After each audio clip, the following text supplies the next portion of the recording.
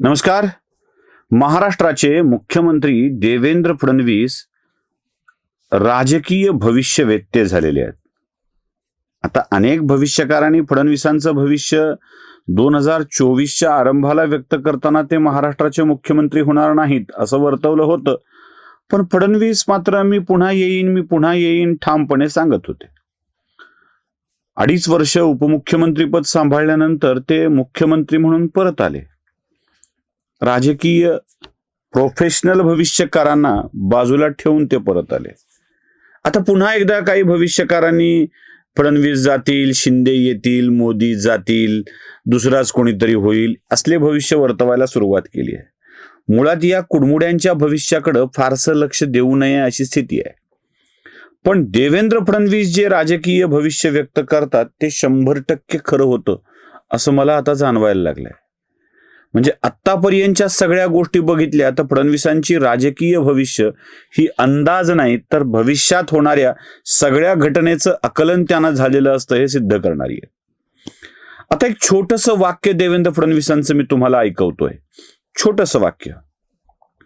ते वाक्य आहे म्हणजे 4 महिन्यापूर्वीचं मुंबईतल्या अधिवेशनाच्या निमित्ताने केलेल्या भाषणातलं.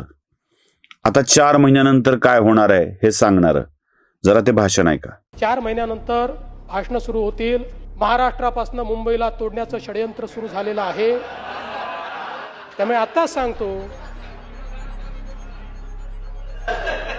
मुंबईला महाराष्ट्रापासून कोणी तोडू शकत नाही. ऐकलं? मी मुद्दाम एकच वाक्य तुम्हाला 2 वेळेला ऐकवलंय. त्याचं कारण की तुमच्या लक्षात यावं. हे अधिवेशन संपलं, नागपूरला अधिवेशन झालं आणि देवेंद्र फडणवीसांची भविष्यवाणी तंतोतंत खरी उतरली.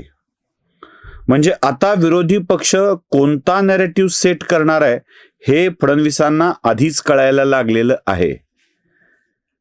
काल परवा 2 ठाकरे आपल्या चाकरेला एकत्र घेऊन एक प्रेस कॉन्फरन्स करते झाले. तुमचं आमचं जमलं अशी घोषणा केली. जमलं पण कसं जमलं हे नाही सांगता आलं. म्हणजे तुम्ही किती घ्यावे, आम्ही किती घ्यावे हे नाही सांगता आलं. म्हणजे फक्त जागा वाटप नंतर करू. आता नंतर कधी हा मोठा प्रश्न आहे बरं का. कारण उमेदवारी भरायच्या प्रक्रियेला सुरुवात झालेली आहे. नंतर करू असं म्हणाले. आता ही युती मुंबई पुरती आहे का, पुण्यात काय होणार आहे, संभाजीनगरमध्ये काय होणार आहे, नाशिकला काय होणार आहे अजून स्पष्ट नाही झालं. लवकरच चर्चा करू असं सांगितलंय. या चर्चा करण्याच्या वादामध्ये खाली लोक निघून चाललेत. म्हणजे आमच्याकडे एक मराठीत म्हण आहे, पाद निघून गेल्यावर डोंगण दाबून फायदा नसतो. तसं अख्खं संभाजीनगर मोकळं झालं तरी यांना अजून चर्चेच्याच पातळीवर आहेत. म्हणजे आपण संभाजीनगर लढणार नाही असं मनसेनं सांगून टाकलं आणि सगळे निघून गेले. कोई इधर गया, कोई उधर गया, कोणी भाजपात गेलं, कोणी शिंदे सेनेत गेलं, कोणी राजकारण सोडून घेऊन घरी बसलं. आमचे प्रकाश महाजन दिला नाच सोडून, नकोच म्हणले, तानच नको, घरी बसले. सगळे निघून गेले, कोणी उरलं नाही. पिछे मुडके देखा तो शून्य. पण फडणवीसांची भविष्यवाणी मात्र खरी ठरली. या प्रेस कॉन्फरन्समध्ये उद्धव ठाकरेंनी जे सांगितलं ते फडणवीसांनी बोललेलं बरोबर 4 महिन्यांनी बोलले.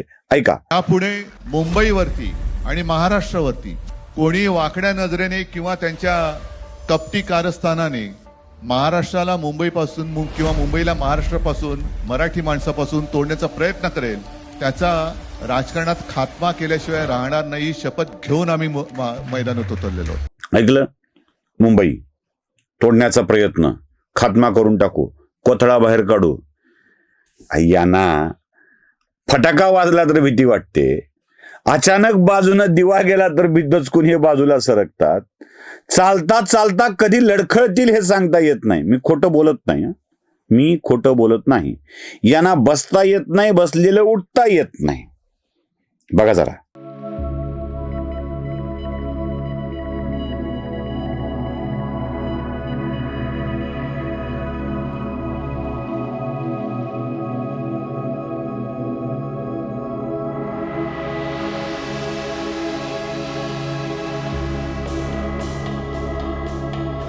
बघितलं? आणि हे खात्मा करणार, कोथळा काढणार, संपवणार, खंजीर खुपसणार, हे सगळं बोलले. म्हणजे नॅरेटिव्ह पसरवायचा आहे तर आता कोणता? मुंबई महाराष्ट्रापासून तोडली जाणार, मुंबई गुजरातला जोडली जाणार, मुंबई स्वतंत्र केली जाणार, भाजपचं राज्य आलं तर मुंबई तोडणार. हा नॅरेटिव्ह लोकसभेसारखा आहे बरं का. लोकसभेत काय केलं होतं? संविधान बदलणार, हे बदलणार, ते बदलणार करून टाकलं. विधानसभेत काय केलं होतं? नाही, लाडकी बहीण फार काळ चालणार नाही, बंदच होणार केलं होतं ना. तसं आता मुंबई तोडणार हे एकमेव नॅरेटिव्ह चालवलं चाललंय.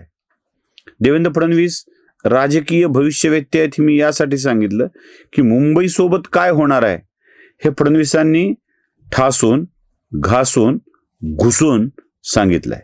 ऐका. मुंबईला महाराष्ट्रापासनं कोणी तोडू शकत नाही. कोणाचा बाप, बापाचा बाप, त्याचा बाप, त्याचा बाप, त्याचा आजा आला तरीही मुंबई महाराष्ट्राचीच आहे, ती महाराष्ट्राचीच राहील. आणि या हजारो पिढ्या आणि या महाराष्ट्रामध्ये मराठी माणसाचा आवाज, या मुंबईमध्ये मराठी माणसाचा आवाज बुलंद राहील. आणि म्हणून आज या निमित्ताने एक आधुनिक मुंबई, एक सर्वसमावेशक मुंबई आणि तसाच प्रगतिशील महाराष्ट्र घडवण्याचा प्रयत्न आम्ही करू. म्हणून या सभागृहामध्ये मी निश्चितपणे सांगतो की मुंबई कालही महाराष्ट्राची होती, आजही महाराष्ट्राची आहे आणि जोपर्यंत चंद्र आणि सूर्य आहे तोपर्यंत ती महाराष्ट्राचीच राहील. म्हणजे कोणाचा बाप आला, बापाच्या बाप आला, आजा आला, पंजा आला तरीही मुंबई महाराष्ट्रापासून तोडता येणार नाही. अजिबात तोडता येणार नाही. मुळात या एकत्रीकरणाला काय म्हणायचं? दोन भावाच्या मधली प्रीती. म्हणजे तुझ्या गळा माझ्या गळा गुंफू मोत्यांच्या माळा असं चाललंय. हो, काय स्वरूपातल्या एकत्रीकरणावर बोलले गेलं. म्हणजे रशियाचे राष्ट्रपती आणि काय ते अजून कोणतं राष्ट्र चाललंय त्याचे, झेलेन्स्की आणि पुतीन, हे दोघं एकत्र आले. भारत पाकिस्तानचे प्रमुख एकत्र आले. काय अफगाणिस्तान पाकिस्तानचे प्रमुख एकत्र आले. या लेवलच्या उच्च कोटीच्या भाषा मीडियाकडून बोलल्या चालल्यात. आणि दोन भावांचं एकत्रीकरण म्हणजे हा प्रीतिसंगम आहे, कराडच्या संगमावर घडलेला. कराडच्या संगमावर अजून कुठल्या प्रीतीचा संगम घडत नाहीये. ते बिचारे तसेच पडलेले आहेत, त्यांना अजून जमलेलं नाहीये. पण एवढी हाईप दिल्या गेली. देवेंद्र फडणवीसांनी याला उडवून लावलं. ते म्हणाले हे भीती संगम नाही, हा प्रीती संगम आहे. जरा ऐका. बघा, आमच्या नवनाथ बदनी परवाच याचं अतिशय सुंदर विश्लेषण केलेलं आहे. हा भीती संगम आहे, हा प्रीती संगम नाही. पाहिलं? म्हणजे तुम्ही केवळ खात्मा, संपवणे, जोडणे या असल्या गोष्टी घेऊन निघताय आणि तिकडे निघून चाललेत सगळे. दार ठेवले उघडं आणि मोरीला घातलेत बोळे, असला हा प्रकार आहे. यानी काय होणार आहे? यानी तुम्ही कोणीतरी आहात एवढंच सिद्ध होणार आहे. याच्या पलीकडं काहीही सिद्ध होणार नाही, एवढं मात्र नक्की आहे. देवेंद्र फडणवीसांचं भविष्य वर्तवणाऱ्या सगळ्या ज्योतिषांना सांगायचंय की त्यांनी तुमच्याही क्षेत्रात प्रवेश केलाय आणि ते उत्तम राजकीय भविष्य वर्तवू लागले. नमस्कार. स्वधर्म जागृतीचा विधायक